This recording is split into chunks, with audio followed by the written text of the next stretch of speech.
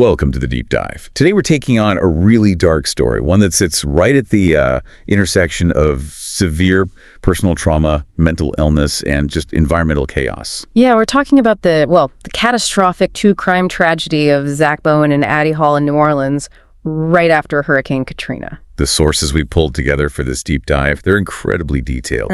Intense, really. They are, and they go beyond just the facts of, a gruesome murder-suicide.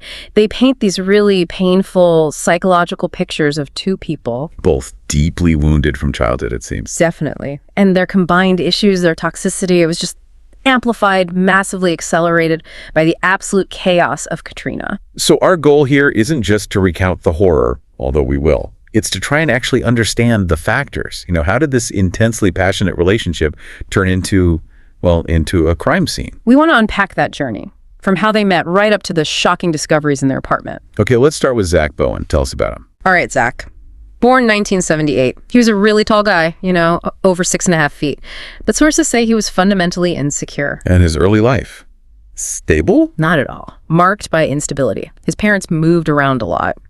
Then when they did settle, his father became neglectful, abusive even, before eventually leaving the family altogether. That kind of instability, it often creates this need for approval, doesn't it? Exactly. A constant, almost desperate need for external validation. Yeah. He tried to get it by being the class clown, the life of the party, always looking for that acceptance. And there's that story from high school, which is just, wow. Yeah, it really illustrates it. 1995, Zack gets nominated for Homecoming King, and he poured everything into winning that. His whole self-worth was tied up in it. But he lost. He lost. And it didn't just disappoint him, it absolutely shattered him, so much so that he dropped out of high school right before graduation. Just walked away over a popularity contest. It shows you how fragile that outward confidence was, how thin that line was for him between performing and just collapsing. So after dropping out, what did he do? He just drifted. Pretty much. He ran away to New Orleans, tried living with his estranged father for a bit, but that didn't last.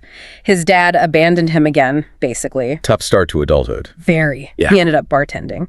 And then at just 18, he married Lana Zupak. She was a dancer about 10 years older than him. They had children. Yeah, 2 kids, Jackson and Lily.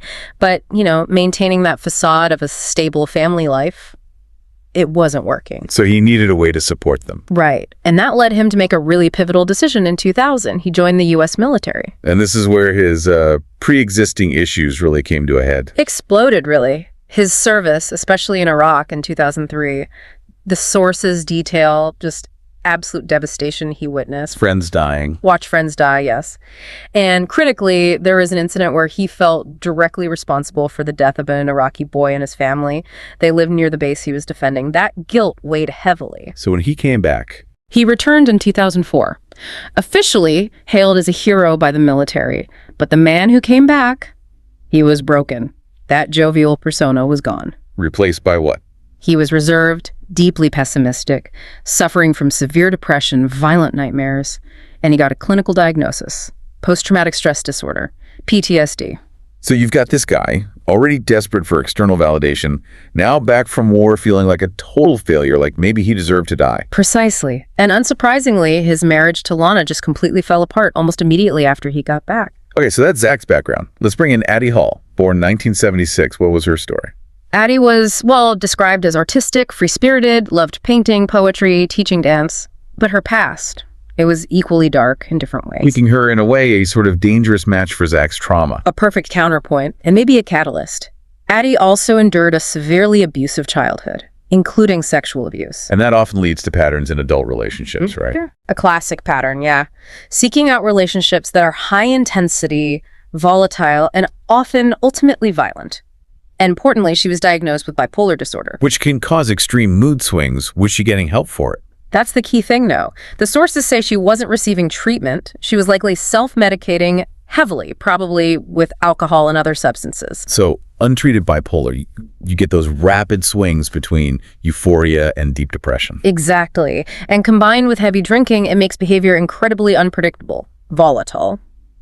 So she moved to New Orleans, trying to escape her past, start fresh, and she ended up working at the same bar as Zack. How did they initially connect? Did she fall for his charm? Actually, no. At first, she apparently despised him. She saw right through that charmer act, thought he was unreliable. But Zack, Ugh. Persistent. Very. Remember that need for acceptance. Addie was a challenge he needed to win over. Yeah. By the summer of 2005, just before Katrina hit, he finally did. And the relationship started how? Calmly. Anything but. It immediately set its tone. Intense passion, but fueled by just relentless partying, lots of alcohol, drug abuse. So two people with deep trauma trying to numb the pain with external chaos. That's a good way to put it. And that volatility was about to face the ultimate test. Hurricane Katrina hit New Orleans in August 2005, just weeks after they got together. Right. And this is where their story takes a really strange turn. It really does. Zach's ex-wife, Lana, she called him, begged him actually to evacuate with her, help with their kids. And he said no. He refused. He and Addie made this deliberate choice, almost like a celebratory choice, to stay behind in their apartment that was at 826 North Rampart Street. While the city was facing utter devastation. For everyone else, it was a nightmare. For Zach and Addie, they treated it like their own private, romantic paradise. No jobs, no bills, no rules. Exactly. They saw the collapse of society as freedom. Sources say they looted liquor stores, partied constantly, just reveled in being totally cut off. It was his shared delusion. A dependence on instability. You could say that. Their friends, their families, they all assumed Zach and Addie had died in the storm. But ironically, they started getting local media attention. The king and queen of the Hurricane Katrina survivors. That's what they were dubbed. Think about that for Zach. The guy who dropped out because he lost Homecoming King, he finally got the spotlight, the validation he always craved. But only in the midst of a horrific tragedy. That's unsettling. Deeply unsettling, but that fantasy, that bubble, it couldn't last forever. Right. New Orleans eventually started the long process of recovery. Power came back, cleanup began. And their isolated world started to crumble. They struggled massively to re-enter any kind of normal reality. How do you maintain that intense, isolated, dysfunctional bond when the world starts functioning again? It's like the external chaos was masking their internal chaos. That's a core element of trauma response, yeah. When the outside storm calmed down, the storm inside them took over. The fighting escalated immediately, fueled by booze and drugs, of course. Addie's jealousy issues flared up big time. That bipolar volatility combined with jealousy. She apparently resented Zack bringing his kids over. Sources say she'd treat Jackson and Lily with just cold silence, which led to huge arguments. And Zack, how was his PTSD during this? It went into hyperdrive. The substance abuse made everything worse. Violent nightmares returned, intense paranoia. He started aggressively accusing Addie of cheating on him at the bar where they worked. Did it become physical? Yes. This combination led to physical violence. Zack assaulted Addie. That led to their first proper separation. But it wasn't the end? Not even close. It started that classic toxic cycle you see. Intense breakup. Then Zack would relentlessly pursue her, begging, promising, until she gave in. The chaos of making up was maybe the only stability they recognized. Possibly. It got bad enough that one time his aggressive attempts to get back into her apartment actually led the neighbors to call the police on him. This sounds like it was spiraling really badly. It devolved into this dangerous game. Control, betrayal. Zack felt Addie had betrayed him, so he sought revenge. Had a one-night stand. And then, significantly, he also had a sexual relationship with a man. The sources do confirm Zack was bisexual. How did Addie react to that? She was apparently furious. Viewed it as a massive betrayal, maybe even a public humiliation, given her own issues around control and relationships. And that anger... Yeah. It led to her own act of betrayal. The final one. It seems so. This brings us to the final conflict, October 2006. They'd moved again, but still in the same building, 826 North Rampart Street. Zack paid the deposit, couple months rent up front. Okay. Addie, still furious about his affairs, secretly tried to get Zack's name taken off the lease, basically planning to kick him out and keep the money he'd paid. And Zack found out. He discovered it. October 5th, 2006, they had one last huge, fatal fight. And based on his confession. In the note he left, Zack stated clearly that he strangled Addie. Strangled her until she lost consciousness, and then she suffocated. And then, what happened immediately after? What followed was just 12 days of unbelievable detachment. While Addie's body was in the apartment decomposing, He just went out. he went on a final manic bender. Spent the last $1,500 he had. Partying, drugs, strip clubs. All the while calmly telling anyone who asked that Addie had gone back home to North Carolina. That level of disconnection from reality is staggering. It suggests a complete psychological break, doesn't it? The shame, the guilt you'd expect. It seems like it was just overridden by the substance abuse, maybe by some terrifying sense of final control he felt. And this went on for nearly 2 weeks. 12 days. Until October 17th, 2006. That's when Zack ended his own life. He jumped from the rooftop bar of a hotel. And the police found his body and the note. Yes. They found his military ID tag and, crucially, a note sealed inside a Ziploc bag in his pocket. What did it say? It was chillingly direct. It said something like, "This was not an accident. I want to die to pay for another life I took." And then he gave the exact address. 826 North Rampart Street. Just told them where to find her? Explicitly. He told police they'd find his girlfriend's remains on the stove, in the oven, and in the refrigerator. And he mentioned a full confession was there, too. So police go to the apartment. What did they find? The first thing they reported noticing was the cold.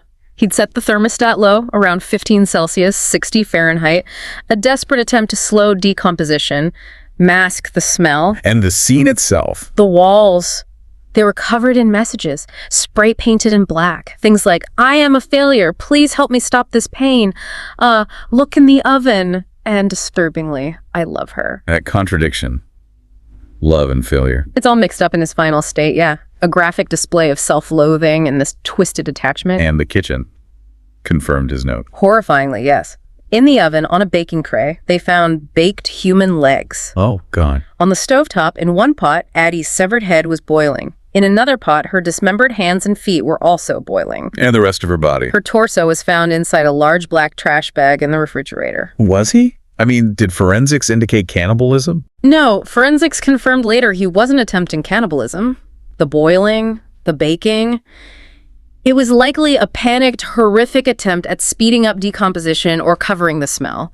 An act of calculated control after the initial rage, perhaps. And he left a written confession. Yes, in a notebook. And in it, he revealed what perhaps finally pushed him over the edge to suicide. What was that? He admitted he felt no fear, no remorse, no guilt during the murder or the dismemberment. It was the realization that he was capable of such a cold, heinous act without emotion. That was what ultimately terrified him. So looking back at the whole psychological picture. The drivers seem clear, tragically clear. You have Zack's severe untreated PTSD and depression. You have Addie's untreated bipolar volatility, both amplified massively by intense substance abuse. And the trigger, losing that Katrina paradise. It seems like the catalyst, yeah. That external chaos they'd become addicted to was gone. Right. And when it went, their relationship just imploded into this absolute horror show. There were other disturbing details too, weren't there? Post-mortem findings. Yes, the sources mentioned some incredibly disturbing post-mortem details. Forensic evidence suggested that Zack had engaged in sexual acts with Addie's corpse multiple times after her death. Just a final, grotesque act of control. It appears that way. Yeah. And another detail, when police found Zack's body, they discovered 28 self-inflicted cigarette burns on him. Why 28? They believed it represented his 28 years of life. Each year, a perceived failure in his mind. Education, military service, fatherhood, a final physical marking of the worthlessness he felt.